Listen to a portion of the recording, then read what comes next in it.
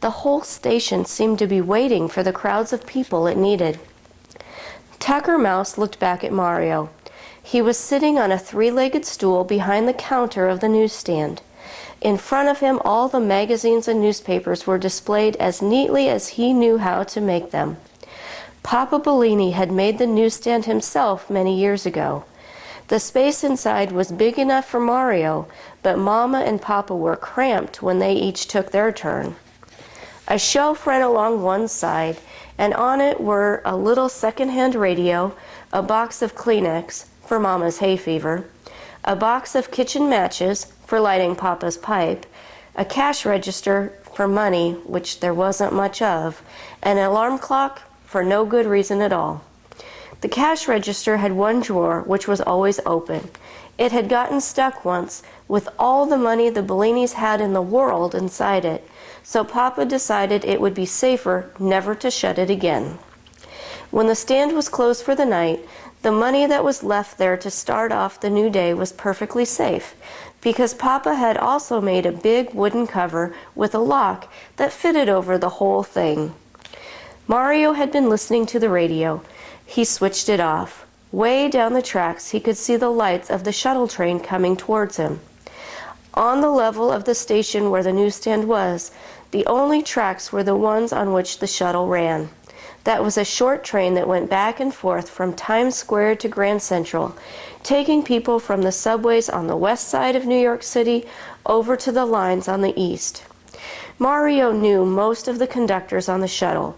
They all liked him and came over to talk between trips. The train screeched to a stop beside the newsstand, blowing a gust of hot air in front of it. Only 9 or 10 people got out. Tucker watched anxiously to see if any of them stopped to buy a paper. "All late papers!" shouted Mario as they hurried by. "Magazines!" No one stopped. Hardly anyone even looked at him. Mario sank back on his stool. All evening long he had sold only 15 papers and 4 magazines. In the drain pipe, Tucker Mouse, who had been keeping count too, sighed and scratched his ear. Mario's friend Paul, a conductor on the shuttle, came over to the stand. "Any luck?" he asked. "No," said Mario. "Maybe on the next train." "There's going to be less and less until morning," said Paul.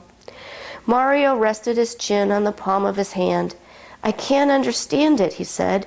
"It's Saturday night, too. Even the Sunday papers aren't going." Paul leaned up against the newsstand. "You're up awfully late tonight," he said. "Well, I can sleep on Sundays," said Mario. "Besides, school's out now. Mama and Papa are picking me up on the way home. They went to visit some friends. Saturday's the only chance they have." Over a loudspeaker came a voice saying, "Next train for Grand Central, track 2. "Night, Mario," Paul said. He started off toward the shuttle. Then he stopped, reached in his pocket, and flipped a $50 over the counter. Mario caught the big coin. "I'll take a Sunday Times," Paul said, and picked up the paper. "Hey, wait!" Mario called after him. "It's only 25 cents. You got a quarter coming." But Paul was already in the car. The door slid closed. He smiled and waved through the window. With a lurch, the train moved off, its lights glimmering away through the darkness. Tucker Mouse smiled too. He liked Paul. In fact, he liked anybody who was nice to Mario. But it was late now. Time to crawl back to his comfortable niche in the wall and go to sleep.